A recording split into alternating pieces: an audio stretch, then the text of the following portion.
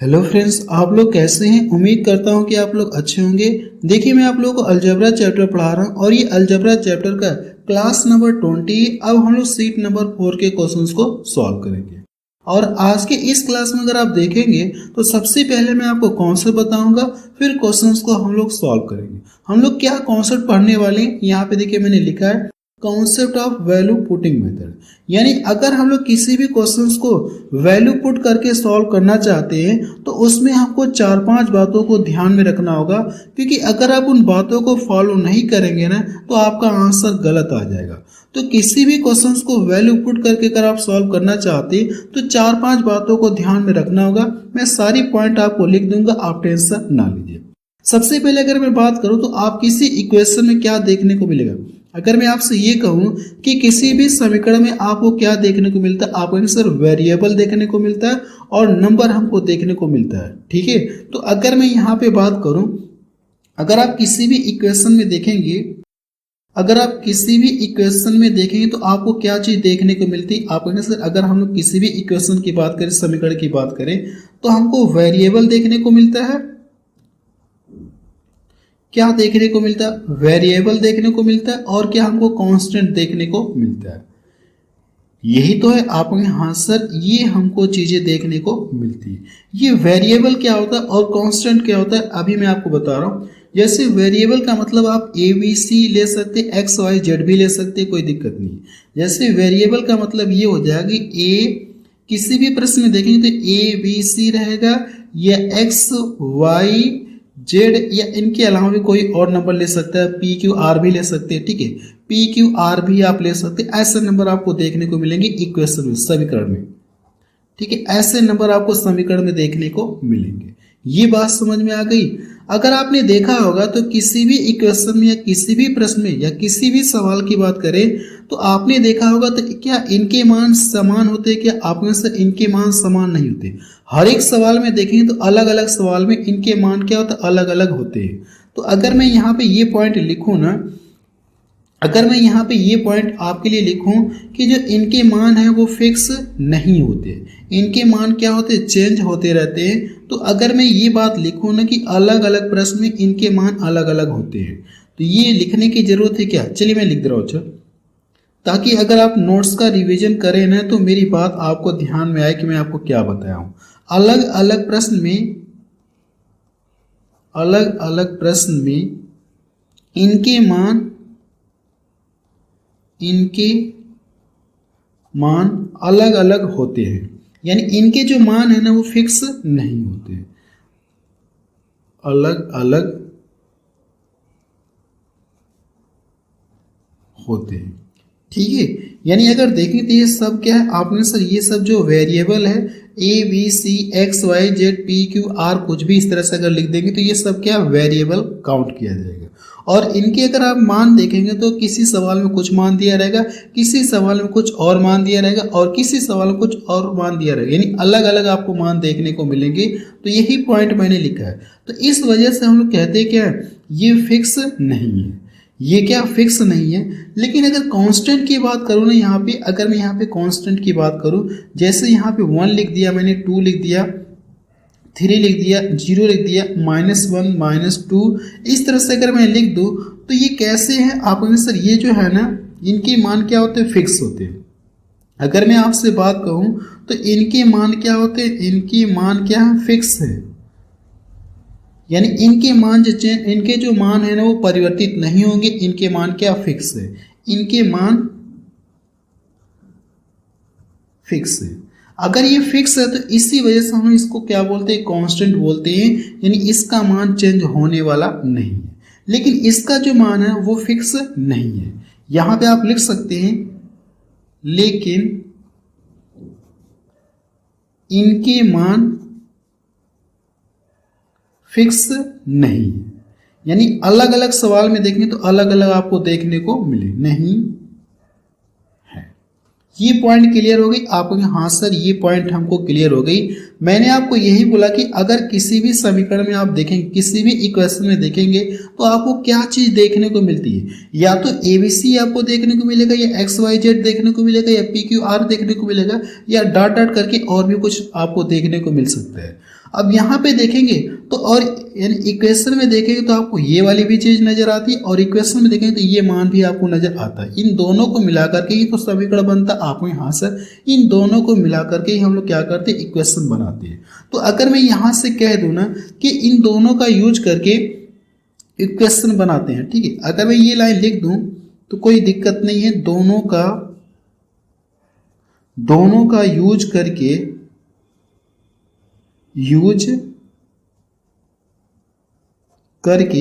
Equation हम लोग बनाते हैं, ठीक है, इक्वेशन हम लोग बनाते हैं। या इसको शॉर्ट फॉर्म में इक्वेशन को हम लोग ऐसे लिख सकते हैं, शॉर्ट फॉर्म में इसको हम लोग ऐसे लिख सकते हैं, कोई दिक्कत नहीं है, ठीक है। शॉर्ट फॉर्म में मैंने लिख दिया इक्वेशन, या इसको हम लोग हिंदी में क्या बोलते हैं, समीकरण बनाते हैं या बनता है, ऐसे बोल सकते हैं। चलिए, बनता है, ठीक है। मैंने ये पॉइंट लिखा है कि इन दोनों का यूज करके ना इक्वेशन या समीकरण हमारा बनता है। ये पॉइंट क्लियर हो गई आपने, हाँ सर ये बात हमको समझ में आ गई। अब जैसे अगर मैं आपको एग्जाम्पल के रूप में लेके बताऊं ना कि कैसे इन दोनों का यूज करके इक्वेशन बनता है, ठीक है, कैसे इन दोनों का यूज करके इक्वेशन समीकरण बनता है, तो ये बात हम लोग देखते हैं। जैसे अगर मैं यहाँ पे लिखूं ना, एग्जाम्पल के तौर पे लिखूं, जैसे अगर मैं मान लूं कि 5x + 5 इक्वल टू मैंने क्या कर दिया, यहाँ से 35 कर दिया। अगर ये चीज दिया है और मैं आपसे पूछूं क्या, यहां से लिख सकते हैं इफ, यदि, देन 7x + 3x का मान आप मुझे बताइए। अब यहां से देखेंगे तो एक इक्वेशन दिया गया आपको, हाँ सर यहाँ पे एक इक्वेशन है और एक वेरिएबल है। कितना वेरिएबल है, आपने सर एक इक्वेशन, एक समीकरण आपको दिया गया, आप यहाँ पे लिख सकते हैं। अगर मैं आपसे पूछूं ना कितना इक्वेशन दिया गया, आपने सर एक इक्वेशन दिया गया, तो यहाँ से प्रश्न अगर देखेंगे तो एक इक्वेशन दिया गया और यहाँ से वेरिएबल कितना, आपने सर वेरिएबल का मतलब ये क्या है सर, ये सब वेरिएबल है, तो ये सब क्या है, वेरिएबल है। तो अगर इस प्रश्न में पूछो कि इस समीकरण में पूछो कि वेरिएबल कितना, आपने सर एक वेरिएबल है। कितना वेरिएबल है, एक वेरिएबल है, ठीक है। मुझे लगता है कि बात धीरे धीरे आपको समझ में आ रही है, टेंशन ना लीजिए, सब बात आपको धीरे धीरे समझ में आ जाएगी। यानी अगर मैं बात करूं इस इक्वेशन में कितने मतलब कि एक इक्वेशन है और कितना वेरिएबल, आपके सर एक वेरिएबल है। अभी हम लोग आगे और भी इक्वेशन देखेंगे जहां पे आपको एक इक्वेशन देखने को मिलेगा, एक इक्वेशन रहेगा, दो वेरिएबल रहेंगे या तीन वेरिएबल रहेंगे, ऐसे भी प्रश्न आपको देखने को मिलेंगे। लेकिन मैं आपको बिल्कुल जीरो लेवल से स्टार्ट कर रहा हूं, इसलिए मैं यहां से बिल्कुल जीरो लेवल से आपको स्टार्ट कर रहा हूं, ठीक है। अब देखिए यहां से मुझे करना है कि x का मान निकालना है, ठीक है। तो x का मान आप बहुत आसानी से निकाल सकते हैं। इसको इधर ट्रांसफर कर लीजिए, यहाँ पे कितना आ गया, 30 आ गया, और ये कितना बचा, 5x। तो 5 से अगर 30 को डिवाइड कर दूंगा तो x का मान कितना आ जाएगा, आपके सर x का मान कितना आ जाएगा, 6 आ जाएगा। अभी मैं आपको वैल्यू पुट करके बताऊंगा। अभी तो मैं आपको बिल्कुल जीरो लेवल से स्टार्ट किया हूँ, ठीक है, बिल्कुल जीरो लेवल से स्टार्ट किया हूँ। x बराबर कितना आ गया, 6 आ गया। अब x के स्थान पे अगर आप 6 रखेंगे तो ये कितना हो जाएगा, 6 7 42 हो जाएगा आपके हाथ से, और 42 दिन कितना हो जाएगा, ये 45 हो जाएगा। यानी इसका मान बता सकते हैं, ये चीज होगा आपके हाथ से। ये बात हमको समझ में आ गई। अब जैसे मैं थोड़ा सा, अब जैसे मैं अगर मैं ये इक्वेशन एक ही रहेगा, इक्वेशन एक ही रहेगा, अब मैं वेरिएबल 2 लूंगा। कितने वेरिएबल लूंगा, 2 वेरिएबल लूंगा। लेकिन मैं नेक्स्ट पेज लेना चाह रहा हूं क्योंकि मेरे पास इतना इसमें स्पेस नहीं है कि मैं वो बता पाऊं, तो मैं नेक्स्ट पेज लेने जा रहा हूं। चलिए अब जो पीछे मैं आपको बताया उससे हल्का सा चेंज करेंगे हम लोग, ठीक है। अब जैसे मैं मान लो कि ये x प्लस वाई मैंने यहाँ पे लिख दिया, आपने हाँ सर आपने x प्लस वाई लिख दिया, और इसके बराबर मैं कोई भी वैल्यू मान सकता हूँ। 10 मान सकता हूँ, 12 मान सकता हूँ, 15 मान सकता हूँ, 14 मान सकता हूँ, 8 मान सकता हूँ, 5 मान सकता हूँ, कुछ भी मान सकते हैं। तो इन दोनों का सम हम लोग मान ले कितना, 10 है या 12 ही मान लीजिए। चलिए मैं इन दोनों का सम कितना मान लूँ, 12 मान लूँ। तो आपसे पूछूं कि अगर मैं आपसे ये पूछूं ना कि 5x प्लस 5y का मान आप मुझे बताइए कितना होगा, ठीक है। तो इसका मान आप आसानी से बता सकते हैं। एक तो तरीका ये है कि आप इन दोनों में क्या कर सकते हैं, कॉमन ले सकते हैं। जब इनमें से कॉमन लेंगे तो क्या मिलेगा, अंदर x प्लस वाई बचेगा। इसका मान कितना दिया गया, 12। तो 12 बच्चे कितना हो जाएगा, 60 हो जाएगा। लेकिन मैं आपको वैल्यू पुट करके बता रहा हूँ कि कैसे वैल्यू पुट करके आप इस प्रश्न को सॉल्व करेंगे। ठीक है, अगर आप यहाँ पे बात करेंगे तो कितना इक्वेशन दिया गया, आपने सर एक समीकरण दिया गया है और इसका मान पूछा है। तो यहाँ पे अगर एक इक्वेशन कितना दिया गया, आपने सर एक इक्वेशन दिया गया है और वेरिएबल कितना है इसमें, आपने सर वेरिएबल एक, दो वेरिएबल। कितने वेरिएबल है, आपने सर दो वेरिएबल है। ठीक है, अगर हम यहाँ से बात करेंगे तो दो वेरिएबल, ये बात समझ में आ रही है आपको, हाँ सर ये बात समझ में आ रही है। लेकिन ये पॉसिबल है क्या आप x और y का मान एग्जैक्ट बता सकते हैं? अगर मैं कह दूं कि दोनों का सम कितना है, 12 है। अब मेरे पास एक ही इक्वेशन है, क्या इस इक्वेशन से आप x और y का एग्जैक्ट मान बता सकते हैं कि x का मान कितना रहेगा, y का मान कितना रहेगा? तो आप यही मुझसे कहेंगे सर हम लोग एग्जैक्ट मान नहीं बता सकते। यहाँ पे x और y का मान बताना इम्पॉसिबल है, क्योंकि एग्जैक्ट मान हम लोग बता नहीं सकते हैं। लेकिन अगर एक इक्वेशन और रहता है ना, तब हम लोग क्या करते हैं, x और y का मान पता कर पाते। लेकिन एक ही इक्वेशन में दो वेरिएबल, तो यहाँ पे x और y का मान पता करना हमारे लिए थोड़ा सा मुश्किल काम है। तो ऐसे प्रश्न को सॉल्व करने के लिए हम लोग क्या करते हैं, वैल्यू पुट करते हैं। अपने मन से क्या करते हैं, इनमें से किसी को एक को 0 मान लीजिए, इनमें से क्या करना, आपको किसी एक को आपको 0 मानना। जैसे अगर मैं बात करूं, ठीक है, ऐसे ही प्रश्न को सॉल्व करने के हम लोग क्या करते हैं, वैल्यू पुट करके क्वेश्चंस को सॉल्व करते हैं। ठीक है, जहां पे एक इक्वेशन है, दो वेरिएबल हो या तीन वेरिएबल हो, तो अपने मन से हम लोग क्या करते हैं, वैल्यू पुट करते हैं। लेकिन इसके बराबर इस बात को फॉलो करना चाहिए। ठीक है, यहाँ पे जो भी वैल्यू हम लोग पुट करें ना, इसके बराबर आना चाहिए, इक्वेशन को सेटिस्फाई करना चाहिए। इस बात का ध्यान आपको रखना होगा। अभी मैं आपको जो पॉइंट बोल रहा हूँ ना, सब मैं आपको नीचे लिख दूंगा, आप टेंशन ना लीजिए। सारी पॉइंट आपको लिख दूँ, लेकिन इसको बता दूं, फिर मैं आपको सारी पॉइंट एक एक करके लिखवा दे रहा हूँ। अगर आप यहाँ से देखेंगे तो अगर मैं यहाँ पे x बराबर कितना मान लूँ, 0 मान लूँ। x बराबर मैंने कितना मान लिया, 0 मान लिया। ठीक है, मैंने क्या माना, आपने x बराबर क्या मान लिया, 0 मान लिया, x बराबर वैल्यू 0 पुट कर दिया। तो यहाँ से जो y का मान कितना आ जाएगा, तो ये चीज आपको देखने को मिलेगी। आपने हाँ सर ये चीज हमको देखने को मिलेगी। तो यहाँ से आप y का मान कितना बता सकते हैं, आपने सर y का मान यहाँ से हम लोग 12 बता सकते हैं। तो अब देखिए करने क्या, इस इक्वेशन में करना क्या, x बराबर तो हम लोगों ने क्या रखा है, 0 रखा है। तो ये हमारा क्या हो जाएगा, आपने सर ये हमारा 0 हो जाएगा। और y बराबर हमारा कितना है, आपने सर y बराबर अगर देखा जाए तो हम लोगों ने 12 लिया, तो 12 बचे कितना हो जाएगा, 60 हो जाएगा। जब इन दोनों का सम करेंगे तो कितना मिलेगा, आपने सर इन दोनों का जब हम लोग सम करेंगे तो भी हमको कितना मिलेगा, 60 ही मिलेगा। मुझे लगता है कि ये पॉइंट आपको क्लियर हो गई होगी। ये आप डायरेक्ट करना चाहते हैं इसके अकॉर्डिंग तो इसके अकॉर्डिंग कर सकते हैं। 5 मैंने दोनों में से कॉमन ले लिया। अब इन दोनों का मान आपको पहले से पता है, तो यहाँ से अगर करेंगे तो ये आपको तब भी देखने को मिलेगा, 60 आपको देखने को मिलेगा। आपको यहाँ सर हर एक पॉइंट हमको धीरे धीरे क्लियर हो रही है। इतनी बात समझ में आ गई। अगर आप चाहे तो y को 0 मानना तो y को भी 0 मान सकते, कोई दिक्कत नहीं। जो इच्छा करे, जिसको इच्छा करे आपकी, उसको आप क्या मान सकते हैं, 0 मान सकते हैं। ये बात समझ में आ गई। अगर आप 0 नहीं मानना चाहते तो देखिए x और y, क्या x और y का मान फिक्स है क्या, आपने सर x और y का मान तो एग्जैक्ट हमको पता नहीं है। तो अगर जैसे इसी चीज को अगर आप ऐसे करना चाहें ना, इसी चीज को अगर आप ऐसे करना चाहें तो कर सकते हैं, क्योंकि x और y के एग्जैक्ट मान पता नहीं। अगर x और y के एग्जैक्ट मान पता नहीं है तो आप अपने मन से, अभी मैं आपको बता रहा हूं, और हमसे पूछा क्या 5x + 5y का मान पूछा गया कितना होगा, ये हमको बताना है। अब यहाँ पे देखिए मैं आपको जो बताने वाला हूँ, ये तो मैंने आपको बता दिया कि इनमें से किसी एक को आप क्या कर लीजिए, 0 मान लेंगे। 0 मान करके आप सॉल्व कर सकते हैं। किसी एक को क्या करेंगे आप, अगर आप दोनों को 0 नहीं मान सकते, क्या दोनों वेरिएबल को 0 मान सकते, आप इनसे दोनों वेरिएबल को 0 मानेंगे तो प्रश्न सॉल्व ही नहीं होगा। तो दो यानी कि एक इक्वेशन दिया गया, दो वेरिएबल दिया है ना, तो इनमें से करना क्या, किसी एक को 0 आप मान सकते हैं। तो 0 मैंने मान के बता दिया कि ऐसे ऐसे आपको करना, चाहे x को 0 मानिए चाहे y को 0 मानिए। अगर इस प्रश्न को आप ऐसे करना चाहते हैं, क्या यहाँ पे देखा जाए तो x और y का मान x और y का मान कुछ भी हो सकता है, लेकिन इन दोनों का जो सम है ना वो कितना आना चाहिए, 12 के बराबर आना चाहिए।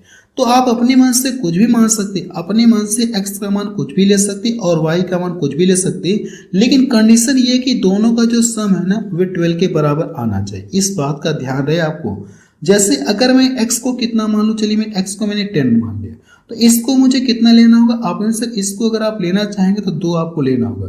तभी आप इन दोनों का जब सम करेंगे तो क्या मिलेगा, आपने सर जब इन दोनों का आप सम करेंगे तो 12 के बराबर है।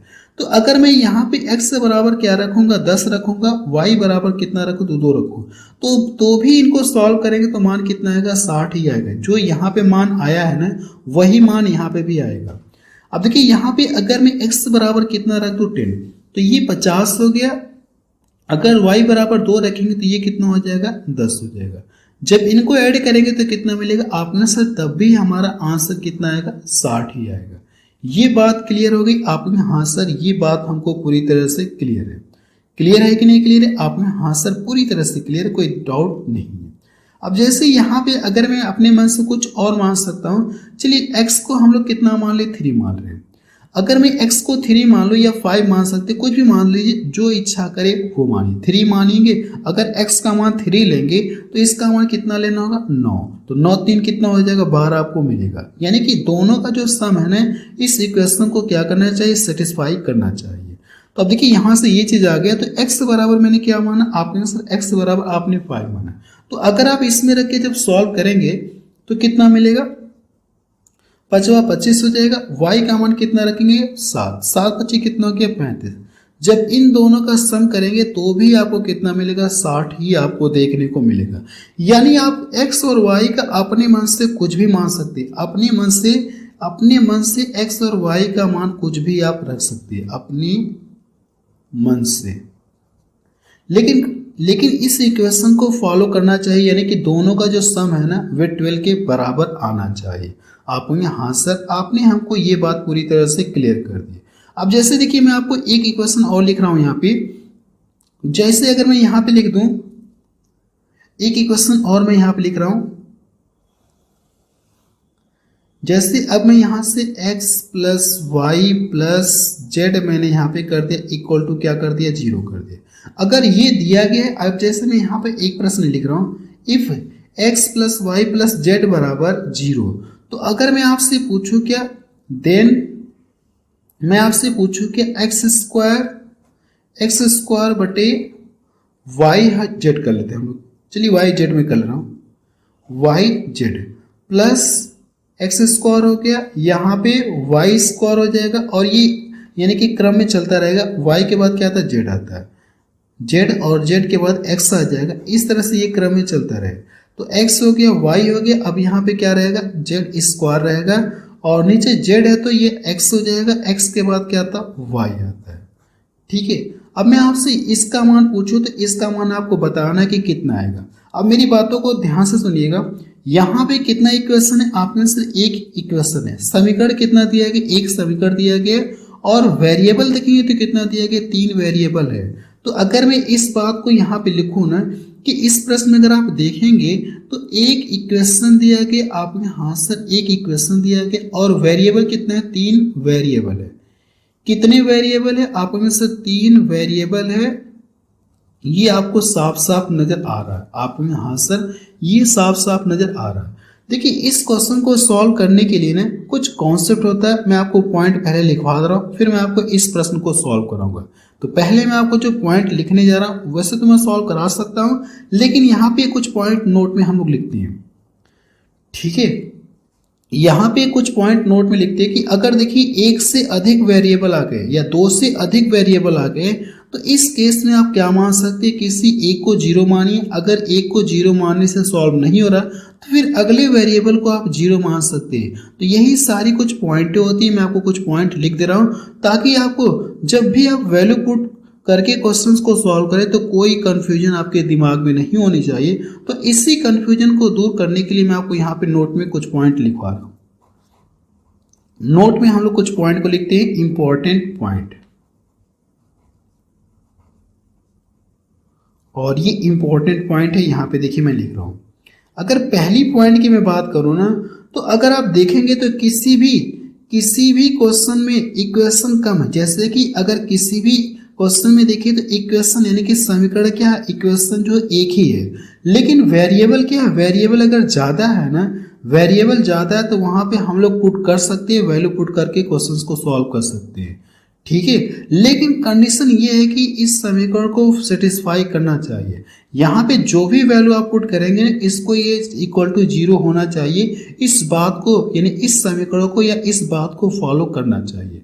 तो यहाँ पे अगर मैं लिखूँ ना कि जो मैंने यहाँ पे लिखा है कि अगर किसी भी क्वेश्चन में इक्वेशन कम है और वेरिएबल क्या है ज़्यादा है, इक्वेशन एक ही है, वेरिएबल क्या है 3 है, आपको यहाँ सर, तो यहाँ पे हम लोग वैल्यू पुट करके क्वेश्चंस को सॉल्व कर सकते हैं, नो डाउट, ठीक है। यानी कि डायरेक्ट हमको लोग क्या कर सकते हैं, वैल्यू पुट कर सकते हैं, हमको कुछ सोचना नहीं है। तो ये पॉइंट मैं लिख दूँ यहाँ पे, चलिए मैं लिख दे रहा हूँ। वैसे मैंने यहाँ पे लिखा है, आपको समझ में नहीं आएगा तो मैं हिंदी में लिख रहा हूँ।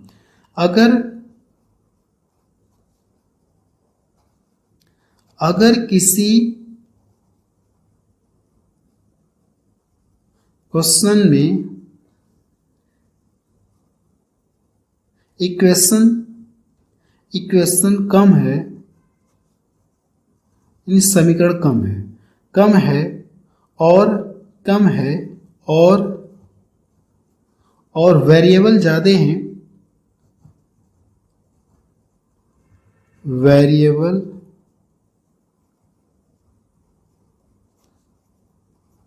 ज़्यादा है तो वहाँ पर हम वैल्यू पुट कर सकते हैं,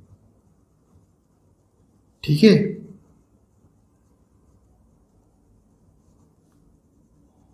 वैल्यू पुट कर सकते हैं,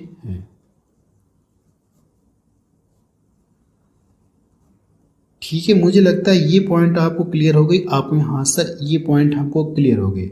लेकिन वैल्यू पुट करते समय जो मैंने आपको बोला है कि वैल्यू पुट करते समय आपको ये ध्यान में रखना होगा कि इस इक्वेशन को सेटिस्फाई करना चाहिए, यानी इसके बराबर 0 और इसका जो भी वैल्यू पुट करेंगे ये पक्ष वाला यानी कि लेफ्ट हैंड साइड वाला भी पक्ष क्या होना चाहिए, 0 के बराबर होना चाहिए। तो दूसरी पॉइंट आप यहाँ पे लिख सकते हैं कि इक्वेशन यानी कि वैल्यू पुट करते समय समीकरण को सेटिस्फाई करना चाहिए। मैं आपको बताते हुए भी चल रहा हूं। तो यहां से पॉइंट नंबर 2 की बात करेंगे तो वैल्यू पुट करते समय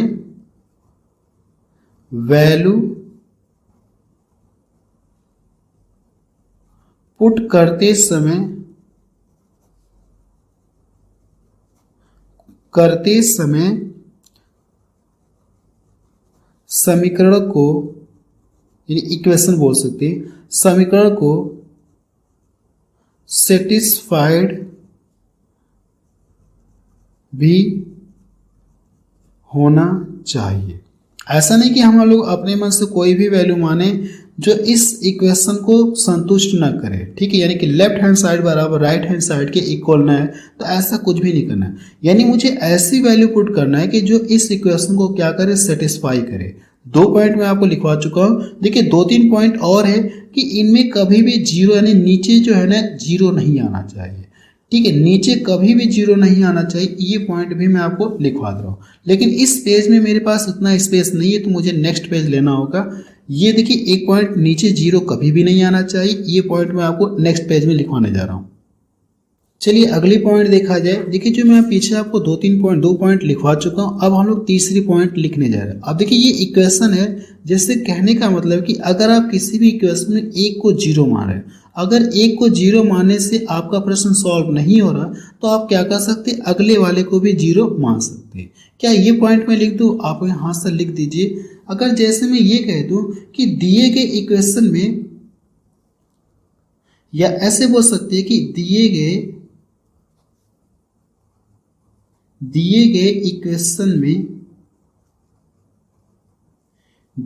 इक्वेशन में सबसे पहले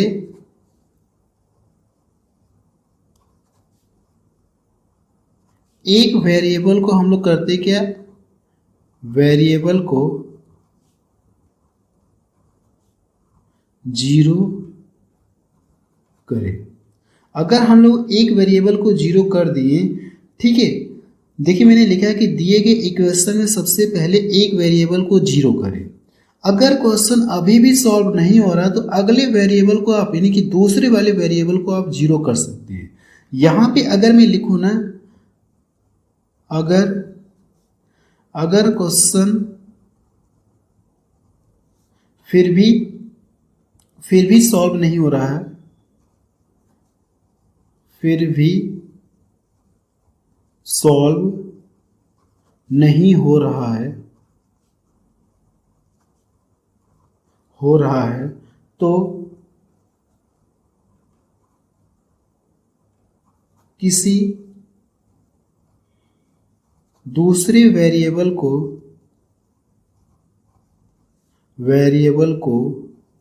जीरो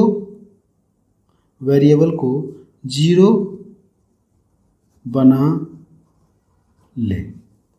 ये पॉइंट नंबर 3 हो गई। अब देखिए जो एक 0/0 का फॉर्म नहीं आना चाहिए, जो पीछे मैं आपको बताया था। अगर मैं आपको प्रश्न दिखाऊं ना, यहाँ पे जो मैंने आपको लिखा था कि देखिए जब भी अगर आप वैल्यू पुट करते समय यहाँ पे जो नीचे है ना, ये 0 कभी भी नहीं आना चाहिए, यानी इनफाइनाइट वाला केस नहीं आना चाहिए, तो नीचे 0 हमारा नहीं आना चाहिए। ठीक है, इस बात का भी आपको ध्यान रखना होगा। तो ये पॉइंट अगर मैं लिखूँ ना, पॉइंट नंबर 4 यहाँ पे अगर मैं पॉइंट नंबर 4 लिखूं तो मुझे बस यही लिखवाना है कि वैल्यू पुट करते समय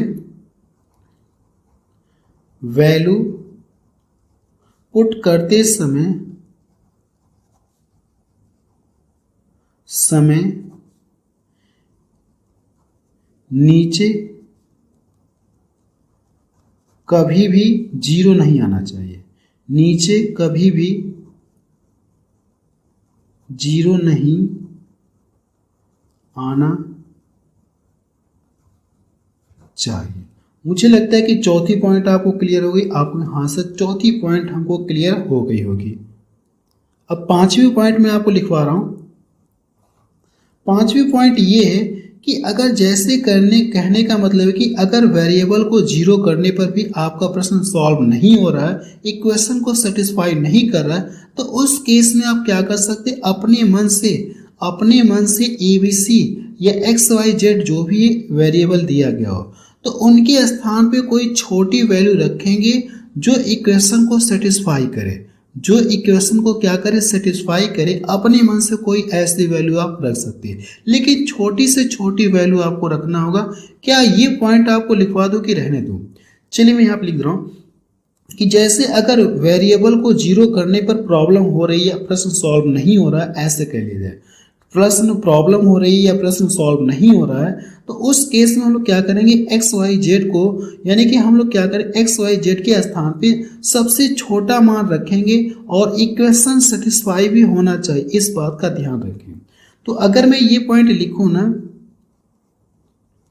अगर वेरिएबल को जीरो करने पर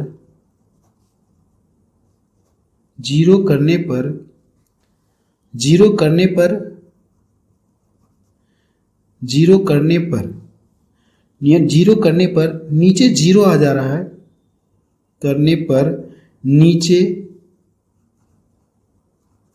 जैसे नीचे 0 आ जा रहा है, नीचे 0 आ जा रहा है, तो इस केस में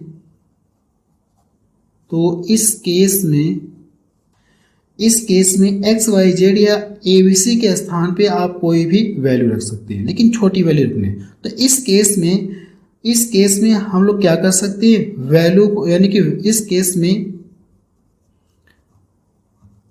वेरिएबल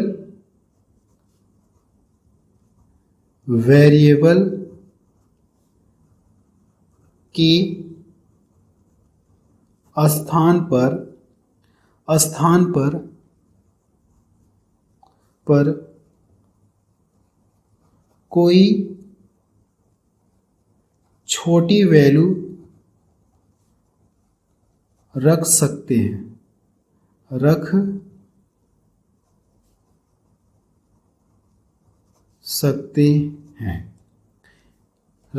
हैं जो इक्वेशन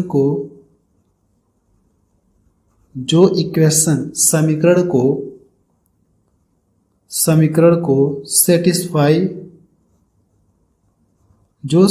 को सेटिस्फाई करे। देखिए ये 4-5 पॉइंट थे, मैं आपको लिखवा दिया। आपको यहाँ सर 4-5 पॉइंट जो आपको ये जो बेसिक चीज़ है ये आपको ध्यान में रखना होगा। नहीं ध्यान में रखेंगे तब भी जब क्वेश्चंस को हम लोग सॉल्व करेंगे तो हमको याद आ जाएगा, कोई दिक्कत नहीं है। ठीक है, ये 4-5 पॉइंट आपको ध्यान में रखना होगा। तो चलिए अब हम लोग क्वेश्चंस को सॉल्व करेंगे, वैल्यू पुट करके क्या करेंगे, क्वेश्चंस को सॉल्व करेंगे। ठीक है, चलिए हम लोग प्रश्न को सॉल्व करते हैं। प्रश्न नंबर पहला देखा जाए और ये प्रश्न देखेंगे तो एसएससी सीजीएल में पूछा गया 2024 में। प्रश्न को पढ़ा जाए, देखिए प्रश्न में दिया गया यदि m plus n equal to 24 दिया गया तो आपसे पूछा कि इस पूरे का मान पूछा गया कितना होगा, आप ये बताएं। यहाँ पे अगर ध्यान से देखेंगे तो कितने इक्वेशन है आपने सर, इस प्रश्न में अगर देखा जाए तो एक इक्वेशन है और कितने वेरिएबल है आपके सर, 2 वेरिएबल है। कितने वेरिएबल है, 2 वेरिएबल है। अगर एक इक्वेशन है 2 वेरिएबल है ना, तो आप अपने मन से क्या कर सकते हैं, इनमें से किसी एक को आप 0 मान सकते हैं। आपने हाँ सर ये कॉन्सेप्ट आपने हमको बताया। तो वैल्यू पुट करते समय हम लोग क्या करेंगे, इनमें से किसी एक को 0 मानेंगे। तो यहां से अगर आप लिखना चाहे तो लिख सकते हैं कि वैल्यू पुट करते समय, ठीक है, वैल्यू पुट करते समय आपको करना है कि इनमें से किसी एक को 0 मानना। तो अगर मैं m बराबर क्या मान लूँ, 0 मान लूँ। अगर m बराबर मैंने 0 मान लिया तो यहाँ से जो है ना n बराबर क्या आ जाएगा, आपने सर n बराबर जो हमारा आएगा ना ये 24 आएगा। क्या ये बात आपको समझ में आई? अगर m को मैंने 0 मान लिया तो बचा क्या, आपने सर n बराबर ये आ गया। तो अब देखिए m मैंने 0 माना, तो अगर आप यहाँ पे क्या करेंगे, m के स्थान पे 0 रखेंगे तो ये क्या मिलेगा, -16 की पावर क्या मिलेगा आपको सर, 3 मिलेगा आपको यहाँ सर ये चीज मिलेगा। और n के स्थान पे कितना रखेंगे, 24 रखेंगे।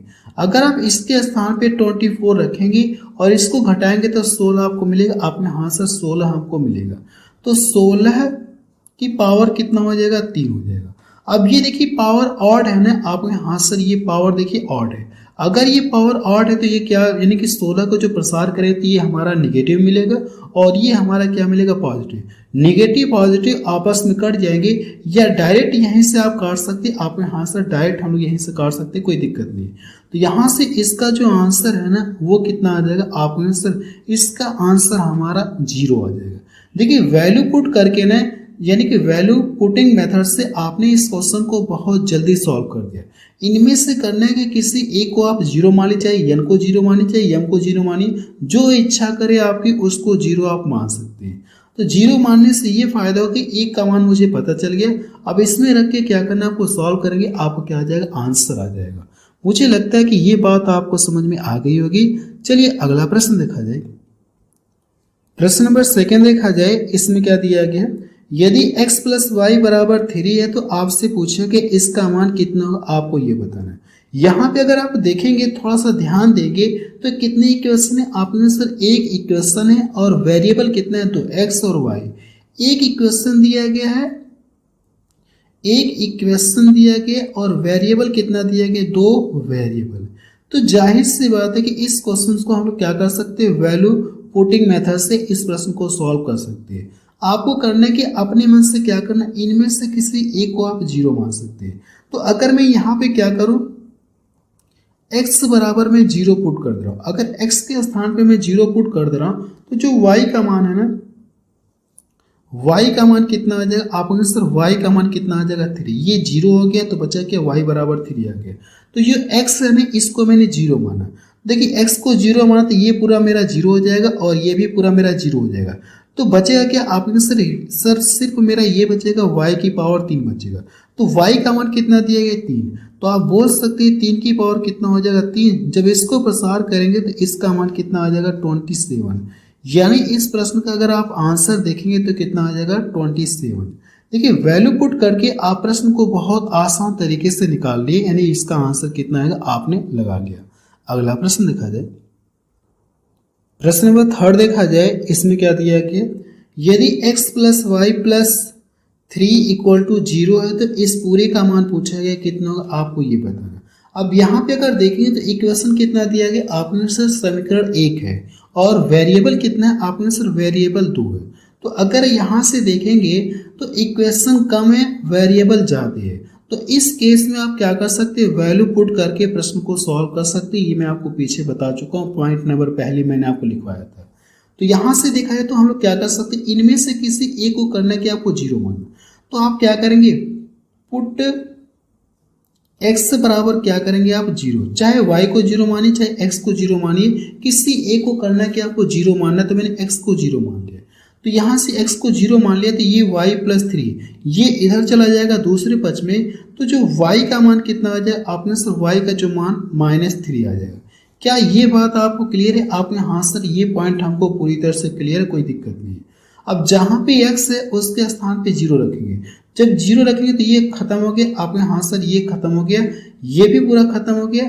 अब देखिए y के स्थान पे कितना रखना है, आपको -3 रखना है, लेकिन यहाँ पे -3 आप रखेंगे, -3 की पावर कितना करेंगे आप 3 करेंगे, और ये +9। अब ये देखिए पावर ऑड है कि इवन है, आपने सर पावर अगर देखा है तो ऑड है। पहले तो आप 3 का क्या करेंगे, प्रसार करेंगे तो 27 आपको मिलेगा, लेकिन ये पावर ऑड है ना, तो जिसकी वजह से नेगेटिव रहेगा +9। इनको सॉल्व करेंगे तो -18 आ जाएगा, यानी इस प्रश्न का जो आंसर है ना वो कितना आ जाएगा, आपने सर -18 आएगा। अगला प्रश्न देखा जाए, प्रश्न नंबर 4 देखा जाए, इसमें क्या दिया गया, यदि x प्लस वाई बराबर 1 है तो इसका देखिए मान पूछा गया कितना है। यहाँ पे अगर ध्यान देंगे तो इक्वेशन कितना, एक इक्वेशन है और वेरिएबल कितना है, 2 वेरिएबल। जाहिर सी बात है कि अगर इक्वेशन की संख्या कम है, वेरिएबल ज़्यादा है, तो इस केस में आप क्या कर सकते हैं, वैल्यू पुट करके इस प्रश्न को सॉल्व कर सकते हैं। तो हम लोग क्या करेंगे, वैल्यू पुट करेंगे, तो हम लोग मान ले रहे हैं कि y इक्वल टू कितना मान ले, 0 मान लेते हैं। y इक्वल टू हम लोग कितना मान ले, आपने सर y इक्वल टू हम लोग 0 मानते हैं, तो लीजिए y इक्वल टू मैंने अगर 0 मान लिया ना, तो x ये 0 हो गया, तो x का मान कितना आ गया, 1 आ गया। तो x बराबर कितना आ गया, आपने सर x बराबर 1 आ गया। y इक्वल टू 0 माना तो यहाँ से देखिए 0, तो ये पूरा क्या हो जाएगा, 0 हो जाएगा, ये भी पूरा 0 हो जाएगा। अब देखिए ये बचा, अब x का मान कितना 1 है, तो 1 का क्यूब करेंगे तो क्या मिलेगा, तब आपको 1 ही मिलेगा। 1 की पावर चाहे जितने भी करे, इसका मान ऑलवेज 1 होता है। तो सी ऑप्शन देखिए इसका मैच करिए। ये ऑप्शन आगे पीछे हो गए, कोई दिक्कत नहीं है। अगला प्रश्न देखा जाए, प्रश्न नंबर 5 देखा जाए, इसमें क्या दिया गया है, यदि x बराबर 2 - p है तो इस पूरे का मान पूछा गया कितना होगा, आपको ये बताना। यहाँ पे अगर आप ध्यान से देखेंगे तो कितना इक्वेशन है, आपने सर एक ही इक्वेशन है। अगर एक समीकरण है और वेरिएबल कितना है, x है और p है। यहाँ पे अगर आप देखेंगे तो कितना दिया है, एक इक्वेशन दिया गया है, एक इक्वेशन, और 2 क्या है, आपने सर 2 वेरिएबल है। कितने वेरिएबल, आपने सर 2 वेरिएबल है, आपने हाँ सर। तो क्या इस प्रश्न में हम लोग वैल्यू पुट करके इस प्रश्न को सॉल्व कर सकते, आपने हाँ सर कर सकते बेझिझक, हमको सोचना नहीं, क्योंकि इक्वेशन कम है, वेरिएबल ज़्यादा है, तो जाहिर सी बात है कि इस क्वेश्चन को हम लोग वैल्यू पुट करके सॉल्व कर सकते हैं। अगर आप इस प्रश्न को वैल्यू पुट करके सॉल्व करेंगे तो इनमें से क्या करें, किसी एक को 0 माने, चाहे x को 0 माने चाहे p को 0 माने, किसी एक को आपको 0 मानना है। चलिए मैं x को या चलिए p को 0 मान लेता हूँ। मैंने क्या किया, p को 0 मान लिया, तो p इक्वल टू मैंने क्या मान लिया, 0 मान लिया। अगर p बराबर मैंने 0 माना ना, हम लोगों ने क्या माना, p बराबर 0। अगर p बराबर मैंने 0 मान लिया तो x का मान कितना आ जाएगा, आपने से x का मान जो है ना वो 2 आ जाएगा। x बराबर कितना आ जाएगा, आप बताएंगे 2 आ गया। देखिए जहाँ पे p 0 है ना, तो 0 का गुणा करें तो ये पूरा 0, ये भी पूरा 0 हो गया, तो बचा क्या, सिर्फ ये बचा है, ये बचा। और यानी कि x का मान 2 दिया है, तो 2 की पावर 3, 2 की पावर 3 का मतलब कितना हो जाएगा, आपने सर 8 हो जाएगा। यही इसका क्या आ जाएगा, आंसर आ जाएगा। अगर आप देखेंगे तो ये सेकेंड वाला ऑप्शन देखिए इसका मैच करा। ये ऑप्शन आगे पीछे हो गए, कोई दिक्कत नहीं है। अगला प्रश्न देखा जाए, प्रश्न नंबर 6 से देखा जाए, इसमें क्या दिया गया, और ये प्रश्न देखेंगे एसएससी सीजीएल में पूछा गया 2024 में। प्रश्न में देखा जाए दिया गया, यदि a प्लस बी बराबर 1 दिया गया तो इस पूरे का मान पूछा गया कितना होगा। अगर आप यहाँ पे ध्यान से देखेंगे, जैसे कहने का मतलब ये कि क्या आप यहाँ पे जैसे ये प्रश्न हमारा दिया है, तो तो क्या यहाँ पे आप a बराबर आप 0 रख सकते हैं? a बराबर 0 रखेंगे तो b बराबर कितना हो जाएगा? 1 हो जाएगा। ठीक है, अगर आप ये चीज रखेंगे तो ये आपको मिलेगा आपके आंसर। अगर आपने इनमें से किसी एक को 0 माना, लेकिन जब 0 मानेंगे तो नीचे क्या आ जाएगा? हमारा 0 आ जाएगा। लेकिन पीछे में आपको पॉइंट में लिख करके बताया था कि नीचे जो है 0 नहीं आना चाहिए। तो अगर यहाँ पे 0 आ जाएगा तो कुछ इस फॉर्म, ये वाला फॉर्म मुझे देखने को मिले। तो क्या ऐसा फॉर्म नीचे 0 आएगा का?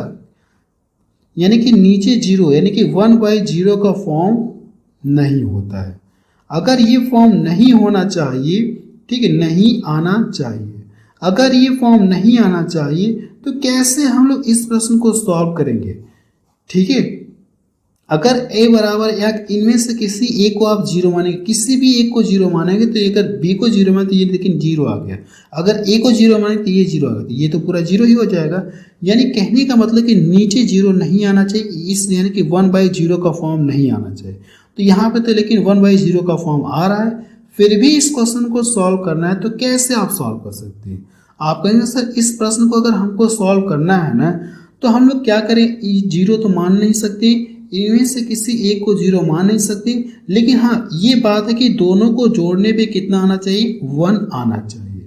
तो देखिए आपके पास दो तरीका है, या तो a को कितना मान लीजिए? 2 मान लीजिए, और b को कितना मान सकते? 1 मान सकते हैं। एक तो ये हो गया, या दूसरा तरीका ये कि आप क्या करें, इसको भी 1/2 मानिए और इसको भी 1/2 मान सकते हैं। आधा आधा आप मान सकते, आप हाँ सर 1/2 मान सकते, या इसको मैंने बताया इसको 2 मानिए और इसको -1 मानिए। जब इनको सॉल्व करेंगे तो राइट हैंड साइड बराबर लेफ्ट हैंड साइड आपको मिलेगा।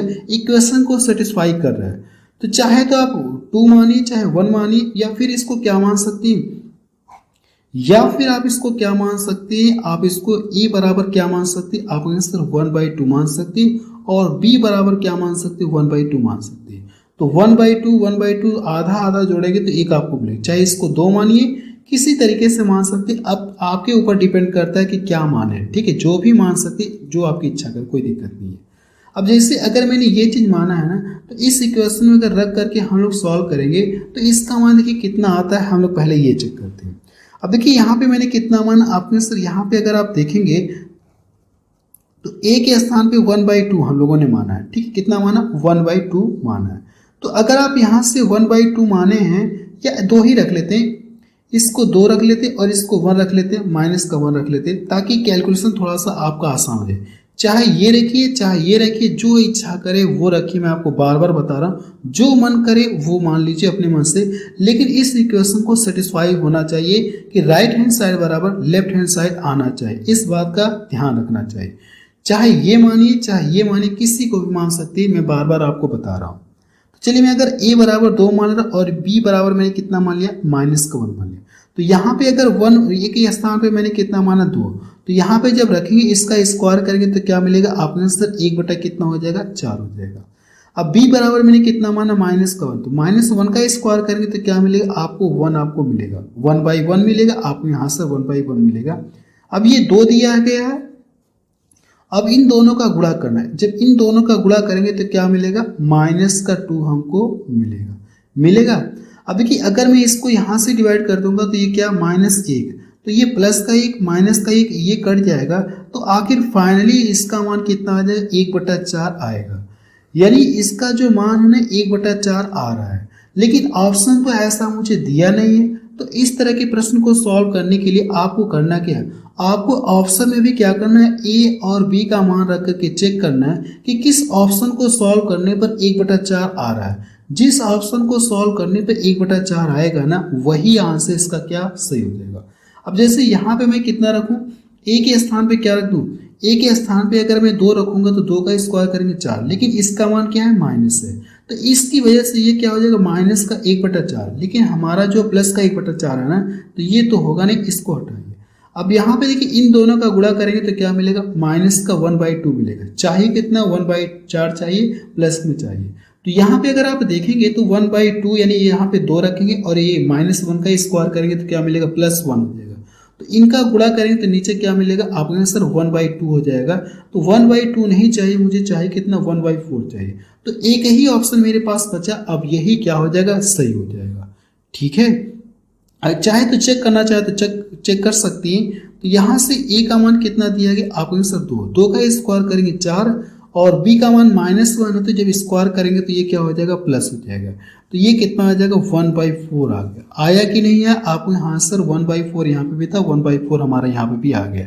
तो कौन सा ऑप्शन इस बात को सेटिस्फाई करेगा? अगर इस पूरे का जो मान 1/4 है तो कौन से ऑप्शन को सॉल्व करने पर, और वैल्यू आपको ये लिखना, कौन से ऑप्शन को सॉल्व करने पर 1/4 देगा आपको आंसर डी ऑप्शन को सॉल्व करने पर 1/4 देगा। आप चाहे तो ये भी मान सकते हैं, अपने मन से जो इच्छा करे वो ए और बी का मान मान सकते हैं, लेकिन इतना ध्यान रहे कि राइट हैंड साइड बराबर लेफ्ट हैंड साइड आना चाहिए। बस इस बात का ध्यान रखना चाहिए। इक्वेशन जो है ना वो सेटिस्फाइड होना चाहिए। अगला प्रश्न देखा जाए।